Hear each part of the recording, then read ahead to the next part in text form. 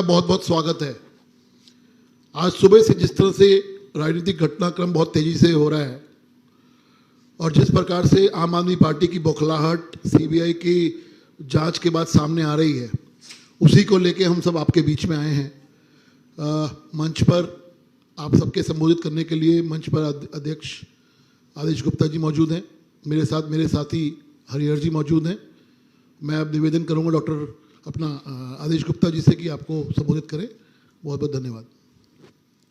धन्यवाद हरीश जी। सभी पत्रकार मित्रों को मेरा नमस्कार।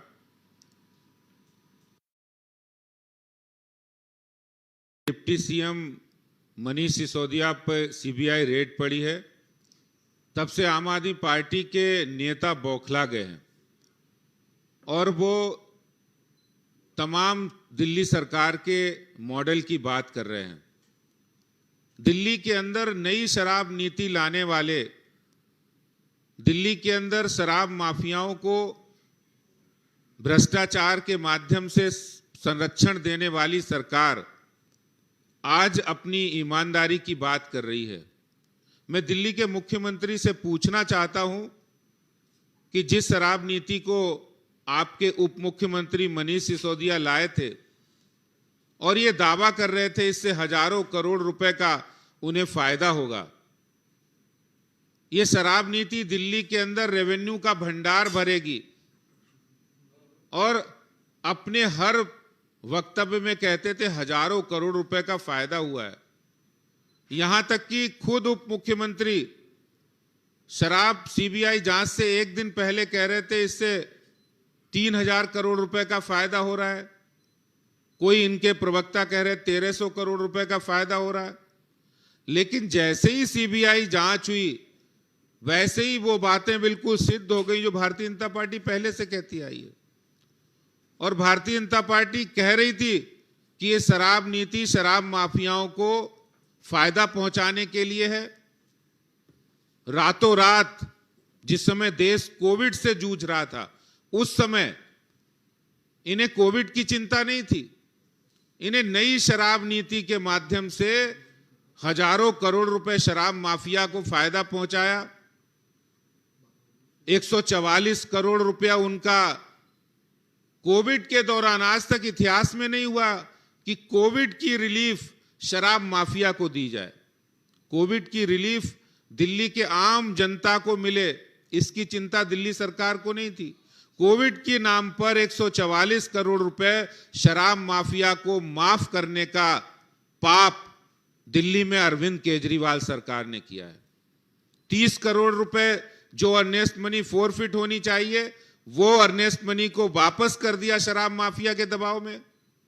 शराब माफिया पर इतने मेहरबान हो गए केजरीवाल साहब कि उन्होंने उनका कमीशन जो 2.5% था पहले, उसको बढ़ाकर 12.5% कर दिया। इतने मेहरबान हो गए कि दिल्ली में 21 ड्राई डे की संख्या थी, उसको घटाकर 3 कर दिया गया।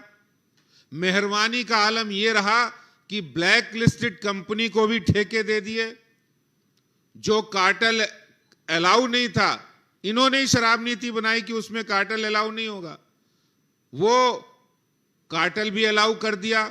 और चोर दरवाजे से मैन्युफैक्चरर कंपनी को ट्रेडिंग के लिए अलाउ कर दिया। ये सारा पाप दिल्ली के अंदर, दिल्ली में अरविंद केजरीवाल सरकार जो ईमानदारी का ढिंडोरा पीट रहे हैं, अपनी पीठ थपथपा रहे हैं, अपने मॉडल की चर्चा कर रहे हैं, लेकिन नई शराब नीति जिससे हजारों करोड़ रुपए उन्होंने शराब माफिया को लुटा दिया। लोग तो ये कह रहे कि शराब नीति इसलिए आनन फानन में लाए थे क्योंकि पंजाब में चुनाव हुआ और पंजाब के चुनाव से पहले शराब माफिया और आम आदमी पार्टी की बहुत बड़ी डील हुई थी। और वो डील यही थी, डील ये थी कि तुम हमें फायदा पहुंचाओगे तो हम भी आपको पंजाब के अंदर आम आदमी पार्टी के चुनाव में मदद करेंगे। सामने आ गया है। पहले रेवेन्यू 6000 करोड़ रुपया था, जो घटकर 5000 करोड़ से भी कम रह गया। जिस रेवेन्यू की बढ़ने की बात ये कह रहे थे, मैं आज अरविंद केजरीवाल से पूछना चाहता हूं कि आपको जनता ने स्वच्छ पानी के लिए बिठाया था, आपको जनता ने इक्वल डिस्ट्रीब्यूशन ऑफ वाटर के लिए बिठाया था। कि सिसोदिया जी तो इक्वल डिस्ट्रीब्यूशन ऑफ शराब की बात कर रहे हैं। 250 दुकानों से बढ़ाकर 850 दुकानें खोल दी। शराब माफिया, आप सोचिए कि शराब माफिया के ऊपर इतने मेहरबान थे कि जहां जहां महिलाओं ने प्रदर्शन किए कि ये हमारे इलाके की दुकान है, इसको बंद कर दीजिए, वहां बाउंसर से, केजरीवाल के बाउंसर थे, वो बाउंसर से, गुंडों से उन महिलाओं को पिटवाया गया। अनऑथराइज्ड कॉलोनी, रिहायशी इलाके के अंदर, स्कूलों के पास, मंदिरों के पास, धार्मिक स्थलों के पास शराब के ठेके खोलने का पाप दिल्ली में अरविंद केजरीवाल सरकार ने किया है। और ये पाप को छुपाने के लिए, अपने भ्रष्टाचार घोटालों को छुपाने के लिए ये जो बातें कर रहे हैं, ये इस तरह केजरीवाल सरकार अब बिल्कुल उसका खुलासा हो गया है, एक्सपोज हो गई है कि ये हजारों करोड़ रुपए शराब माफिया से मिलकर दिल्ली के राजस्व में करोड़ों रुपए का कमी करने वाले ऐसा पाप दिल्ली की अरविंद केजरीवाल सरकार ने किया है। धन्यवाद। बहुत बहुत धन्यवाद अध्यक्ष जी। हमारे बीच पूर्व केंद्रीय मंत्री, पूर्व प्रदेश अध्यक्ष डॉक्टर हर्षवर्धन जी मौजूद हैं। अब मैं उनसे निवेदन करूंगा कि इस जो सब कुछ हुआ है इसके बारे में आप सबको संबोधित करें। डॉक्टर हर्षवर्धन जी, सर।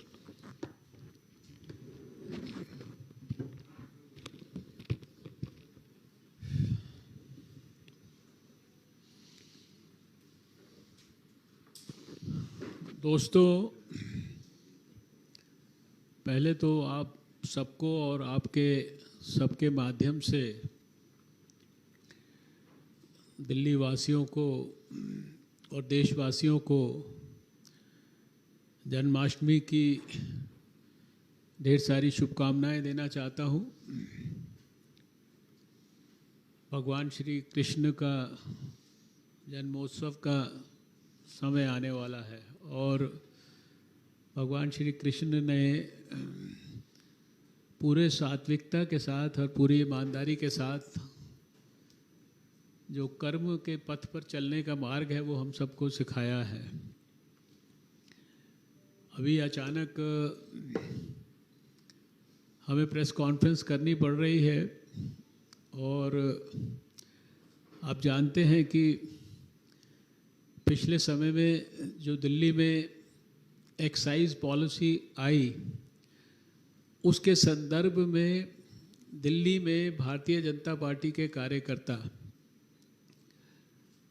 लगातार पिछले काफ़ी समय से अनेक प्रकार के माध्यमों से व्यापक संघर्ष कर रहे हैं और उस व्यापक संघर्ष का सुपरिणाम यह हुआ कि ये विषय सबके संज्ञान में आया और हम सब ने मिलकर ये सुनिश्चित कराया कि इस विषय की गहराई में जांच होनी चाहिए। दिल्ली के उपराज्यपाल महोदय को भी इसके लिए कन्विंस किया गया, इसकी जांच इनिशिएट हुई और जांच इनिशिएट होने के बाद उसमें एक स्टेप और आगे महत्वपूर्ण कड़ी ऐड हुई है कि दिल्ली के उप मुख्यमंत्री जो तरह तरह के बयान देते रहते हैं अपने मुख्यमंत्री की तरह, उनके खिलाफ आज रेड्स हुई हैं और कोई जो रेड्स होती हैं तो वो बिना किसी कारण के नहीं होती, बिना किसी सबूत के नहीं होती हैं। इस पॉलिसी के तहत जितना व्यापक भ्रष्टाचार हुआ वो उसका एक पहलू है जिसके बारे में अभी हमारे प्रदेश अध्यक्ष ने बहुत विस्तार से उसके सभी एस्पेक्ट्स के बारे में आपसे चर्चा की है। उनको लगातार पिछले कई महीनों से हम बार बार दोहराते आ रहे हैं आप देख रहे हैं कि जो मुख्यमंत्री और जो सरकार विकास की बात करती थी वो आज विनाशकारी सरकार बन चुकी है। उसके लिए विकास का महत्व नहीं है, वो समाज के विनाश के ऊपर तुली हुई है। वो नौजवानों को आगे बढ़ाने की बजाय उनको विनाश के पथ पर आगे बढ़ा रही है।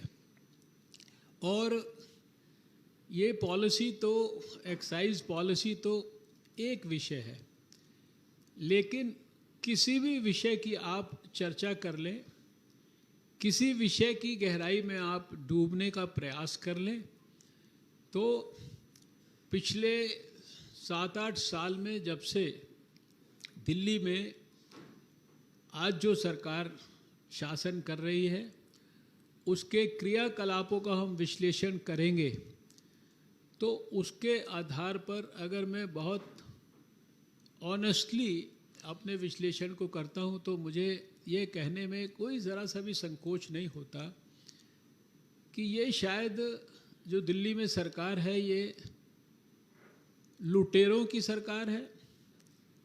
ये दिल्ली के लुटेरे या लुटियंस के लुटेरे, अगर ये भी कहा जाए इनके बारे में तो ये कोई अतिशयोक्ति नहीं होगी ज़रा सी भी। शायद झूठ की पराकाष्ठा, भ्रष्टाचार की पराकाष्ठा और लोगों को हर प्रकार से गलत बयानी करके मिसगाइड करना और पैसे के दम पर, और पैसा भी वो जो जनता से टैक्स की वसूली करके जनता का पैसा होता है जो कि जनता के विकास में खर्च होना चाहिए, उस पैसे को अनाप शराब एक्सट्रीम तरीके से देश में, दुनिया में, विदेश में पब्लिसिटी के लिए, प्रचार के लिए करोड़ों, सैकड़ों करोड़ रुपया इस्तेमाल करके झूठ को सच के रूप में परोसने का काम ये सरकार कर रही है। लेकिन अब दिल्ली की जनता की आंखें अच्छी तरीके से खुल चुकी है। देश में भी आज ये वातावरण बनता जा रहा है कि दिल्ली के सरकार को, इसके दुष्कर्मों को देश में हम लोग तो समझ पा रहे हैं, आप लोग दिल्ली के लोग क्यों नहीं समझ पा रहे हैं। ये कभी कभी इस प्रकार की गलतफहमी जो है लोगों को होती है। लोग कहते हैं भी दिल्ली में लोगों को क्यों नहीं समझ में आ रहा है। हमको इतनी दूर बैठ के समझ में आता है कि एक सरकार दिल्ली के अंदर एक्टिविटी का प्रचार जो है वो बंगाल में भी जाके करती है, उसके एडवर्टीजमेंट की चेन्नई के अंदर भी देती है, तेलंगाना में भी देती है। और हम में से बहुत सारे लोगों को जानकारी भी है कि ये दिल्ली में जो एक्साइज पॉलिसी बनी, ये कब बनी, कहाँ पर बनी, कैसे बनी, कौन से प्रदेश में बनी और उस प्रदेश के अंदर किस प्रकार से गुप्त मीटिंग्स हुई, और फिर उस प्रदेश के अंदर जो पॉलिसी है, उस प्रदेश के अंदर उस पॉलिसी के तहत कितना दुष्प्रभाव उसका वहाँ के नौजवानों के ऊपर, वहाँ की महिलाओं के ऊपर होता है, कैसे वहाँ पर घर तबाह हो रहे हैं।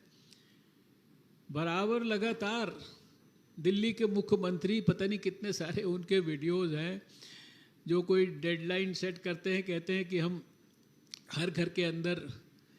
देखिए कितनी गंभीरता के साथ प्रधानमंत्री नरेंद्र मोदी जी ने 2019 में संकल्प लिया कि हर घर के अंदर देश के जल पहुंचाएंगे, और उसके लिए सारे देश की सरकारों को आर्थिक रूप से मदद कर रहे हैं, टेक्निकली मदद कर रहे हैं, मॉनिटरिंग कर रहे हैं व्यक्तिगत, और आज बहुत बड़ी मात्रा के अंदर उसके अंदर सफलता प्राप्त हुई है। उनका टारगेट है कि 2024 तक उनका सपना है।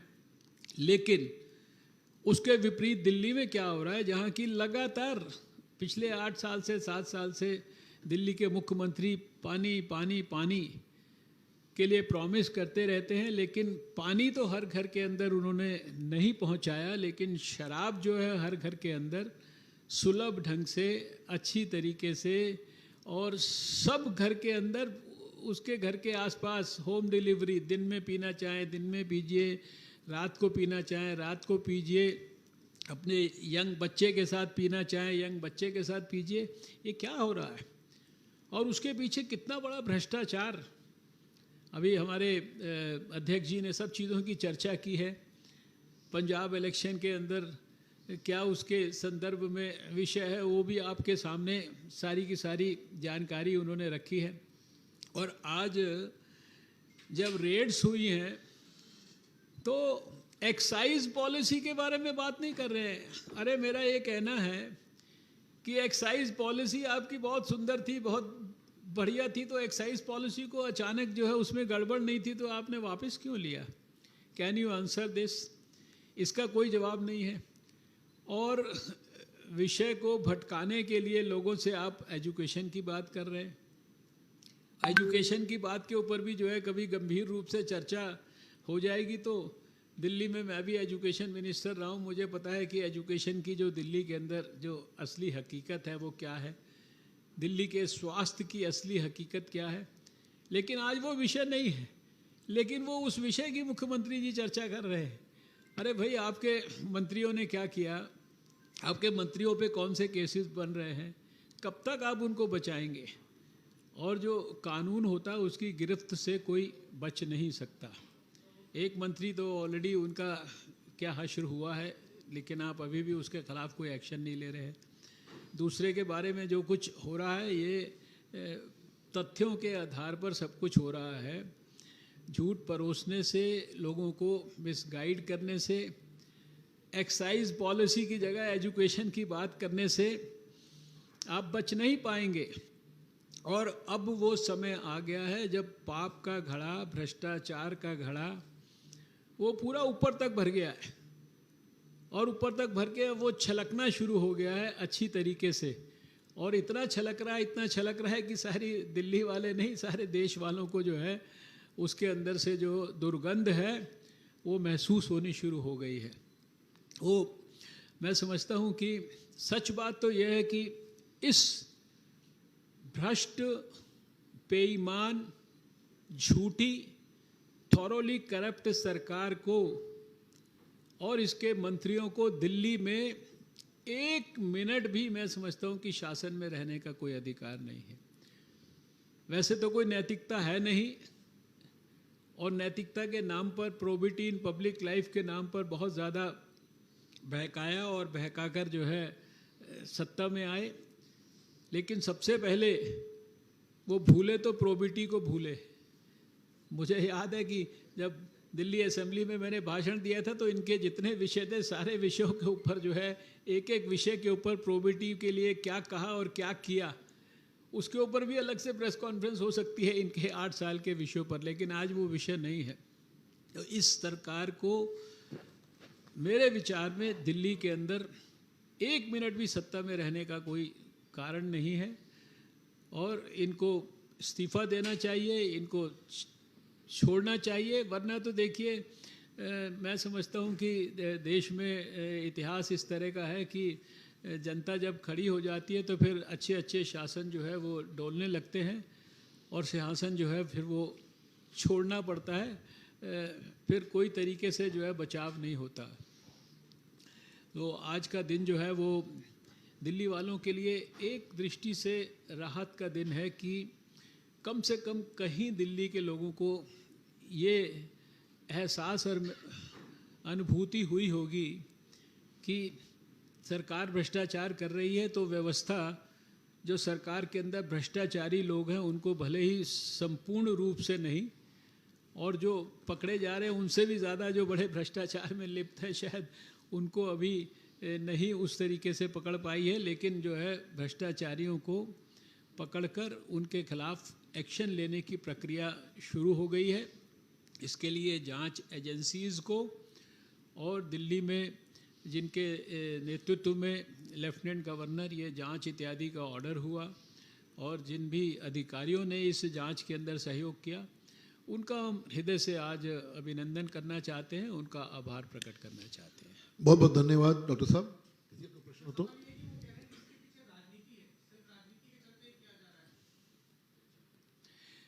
देखिए प्रफुल्ल जी, राजनीति तो वो लोग कर रहे हैं। हम लोगों के लिए तो राजनीति जो है वो सेवा का माध्यम है, शुचिता है, ईमानदारी है, राष्ट्र धर्म है, समाज धर्म है, मानव धर्म है। लेकिन जैसा मैंने कहा कि भेष बदलकर सरकार के अंदर लुटेरे आ गए हैं, इसलिए मैंने कहा कि ये इसको लुटेरों की दिल्ली बना दिया है इसको।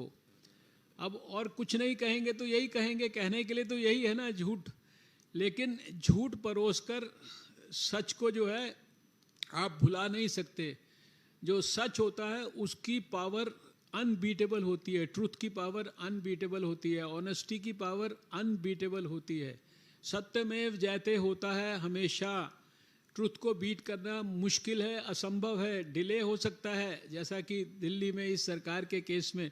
लेकिन धीरे धीरे आप देख रहे हैं कि इनकी जितनी झूठ की परतें हैं वो सारी की सारी एक्सपोज हो रही हैं। सब कुछ इनका पता लगता जा रहा है लोगों को जो है। और बहुत ज़्यादा दिन तक जो है ये अखबार में और टेलीविज़न में पेड एडवर्टीजमेंट्स देकर जो है अपने झूठ के माध्यम से जो है ना वो उसको सच बनाकर परोस नहीं पाएंगे, ये मुझे पूरा विश्वास है। जी एक सेकंड डॉक्टर साहब। बीजेपी पहले ही आरोप लगाई 5,000 करोड़ का बस का घोटाला, फिर आरोप लगाई 30,000 करोड़ पानी का घोटाला, आज ये घोटाला एक और ये आबकारी नीति का घोटाला सामने आ रहा है। पीछे राशन का घोटाला आया था, उसके पीछे एजुकेशन का घोटाला, तो ये कहाँ जा रही है अभी देख। अरे भाई मैंने तो आपको एक शब्द कहा कि आज बात भले ही एक्साइज पॉलिसी की हो रही है, किसी भी विषय किसी भी डिपार्टमेंट की गहराई में आप लोग अगर अपने आप को डालकर और अध्ययन करने का प्रयास करेंगे तो खाली ये जो 4-5 घोटालों जिनकी आपने चर्चा की है, खाली ये चर्चा नहीं होगी, इससे ज़्यादा बहुत सारी चीज़ें आप जो है उसका प्रचार करने के लिए, उनको एक्सपोज करने के लिए मजबूर हो जाएंगे। इसीलिए मैंने जो शब्द यूज़ किया, ये लुटेरों की दिल्ली बन गई है ये सरकार के माध्यम से। मोहित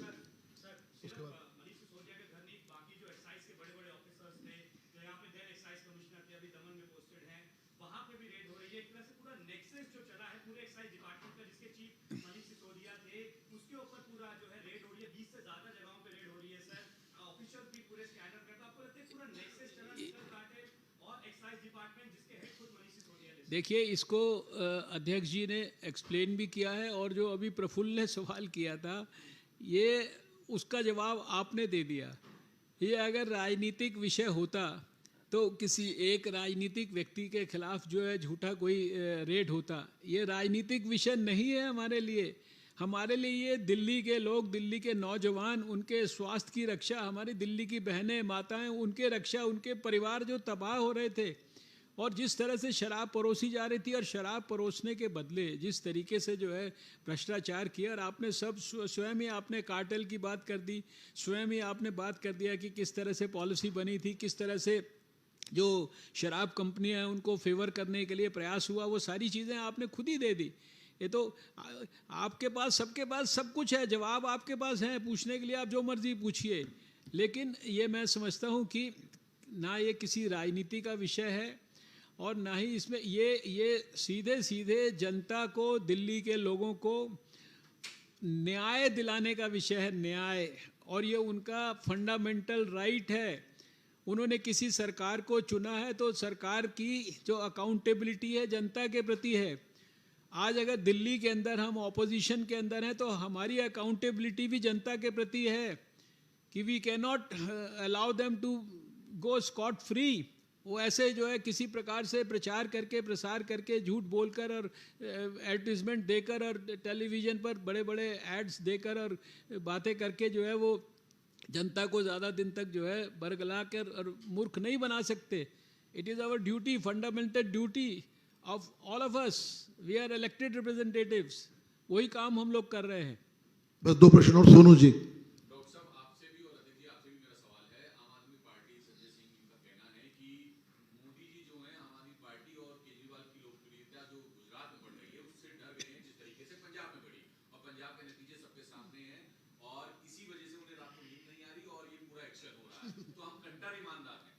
भैया ऐसा है कि प्रधानमंत्री नरेंद्र मोदी जी को आज वो एक इंस्टीट्यूशन है। नेशनल नहीं इंटरनेशनल इंस्टीट्यूशन है और इस देश ने प्रधानमंत्री नरेंद्र मोदी जैसा योग्य, कर्मठ, ईमानदार और ऐसा दूसरा नेता नहीं देखा जिसने समाज के सभी वर्गों के इस सब प्रकार की समस्याओं के समाधान के लिए विजनरी पॉलिसीज बनाकर उनको ग्रास रूट लेवल तक इम्प्लीमेंट कराने के लिए खुद व्यक्तिगत मॉनिटरिंग की है। आज सारे दुनिया के अंदर प्रधानमंत्री मोदी की जितनी इज्जत है और जिस प्रकार का जो है उन्होंने जो है दर्जा हासिल किया है, उसके लिए उनको किसी भी नेता की, किसी भी सरकार के, किसी मुखिया की किसी सर्टिफिकेट की ज़रूरत नहीं है। हम तो इसके ऊपर बात भी नहीं करना चाहते, आपने कमेंट मांगा इसलिए हमने आपको कमेंट दे दिया। जी आदेश जी। देखिए, जो केजरीवाल साहब बार बार कह रहे हैं हम कट्टर ईमानदार हैं, ये कट्टर ईमानदार लोग अपने बेईमान मंत्री, इनके दो मंत्री हैं, पंजाब के स्वास्थ्य मंत्री और दिल्ली के स्वास्थ्य मंत्री, जेल में चले गए। हजारों करोड़ रुपए जमीन के घोटाले में सत्येंद्र जैन जेल में है। ये कट्टर ईमानदारी की बात कर रहे हैं। ये क्या कट्टर ईमानदारी की जवाब देंगे कि आप एक भी व्यक्ति को, एक भी छात्र को हायर एजुकेशन स्कीम में लोन नहीं दिया और 19.5 करोड़ रुपया पूरे देश में विज्ञापन पे खर्चा किया? किस तरह की ईमानदारी की बात कर रहे हैं आप? ये कट्टर बेईमान लोग हैं। जिस तरह इन्होंने शराब माफिया को फायदा पहुंचाया है, जिस तरह इन्होंने जल बोर्ड में घोटाला किया है, जिस तरह इन्होंने डीटीसी की बस खरीद में घोटाला किया, ये बेईमानी की पराकाष्ठा, इन्होंने लिमिट क्रॉस कर दी है बेईमानी की।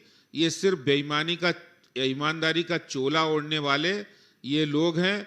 और केजरीवाल जवाब देंगे अगर उनके पास जवाब है कि जो कह रहे थे कि शराब की नई नीति से हमें हजारों करोड़ रुपए का फायदा हो, एक दिन में ही पलटी मार दी।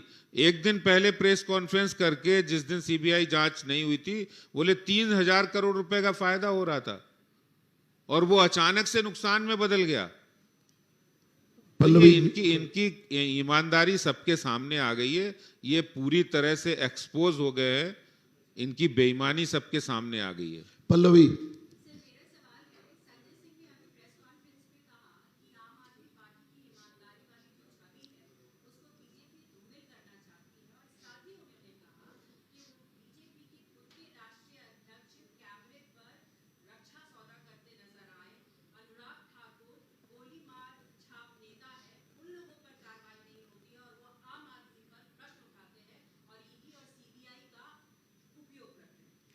क्या वो जवाब देंगे अगर आपकी इतनी नई शराब की नीति, मनीष सिसोदिया या केजरीवाल जी जवाब देंगे कि उनकी नई शराब नीति इतनी अच्छी थी तो सीबीआई जांच के बाद आपने वापस क्यों ले ली? जवाब देंगे वो? उन्होंने शराब माफिया को जो राहत दे दी, 144 करोड़ माफ कर दिए, क्या इस पर उनका कोई जवाब आया? उन्होंने ही बनाई ना शराब पॉलिसी, शराब नीति वही लाए थे नवंबर में। उसमें ये लिखा था कि किसी भी मैन्युफैक्चरर कंपनी को हम ठेके नहीं देंगे, ये नियम था उनका। लेकिन उसी में उन्होंने चोर दरवाजे से मैन्युफैक्चरर कंपनी को ट्रेडिंग के लिए अलाउ करवा दिया। कार्टेल नहीं अलाउ था, उस कार्टेल को उन्होंने अलाउ किया।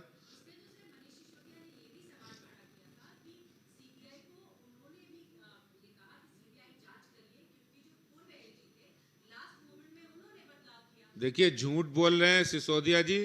एलजी जो तत्कालीन एलजी थे, उन्होंने कहा था ये शराब पॉलिसी गलत है, और गलत इसलिए है क्योंकि अनऑथराइज कॉलोनी में आज तक की हिस्ट्री में दिल्ली के अंदर मास्टर प्लान इसकी इजाजत नहीं देता है कि अनऑथराइज कॉलोनी में ठेके खोले जाएं। लेकिन दिल्ली सरकार इस बात पर अड़ी हुई थी कि हमें नई शराब नीति लानी है। क्यों? क्योंकि वो शराब माफिया से पहले ही मिलकर ये सारा षड्यंत्र, भ्रष्टाचार का खेल रच चुके थे। Last question. मनीष सिसोदिया ने सबसे पहले जानकारी दी, उन्होंने ट्वीट करके कहा जो अच्छा काम करना चाहता है वो हमको ऐसे रोकने का प्रयास किया जाता है, यही कारण है कि भारत नंबर 1 नहीं हो पाया। अरविंद केजरीवाल इस समय प्रेस कॉन्फ्रेंस करके न्यूयॉर्क टाइम्स का एक पेज दिखा रहे हैं जिसमें दिल्ली के शिक्षा मॉडल की देश, शायद उन्हें ये नहीं पता कि मैं नई शराब पॉलिसी के बारे में बता रहा हूं। इन्होंने एक पॉलिसी में एक रखा कि हम नई जो लोग शराब नहीं पीते उनको शराब पीना सिखाएंगे। ये इनका मॉडल है, शराब पीने की ट्रेनिंग देना, 21 वर्ष से 18 वर्ष करना, ये इनका मॉडल है। तो क्या उस पर वो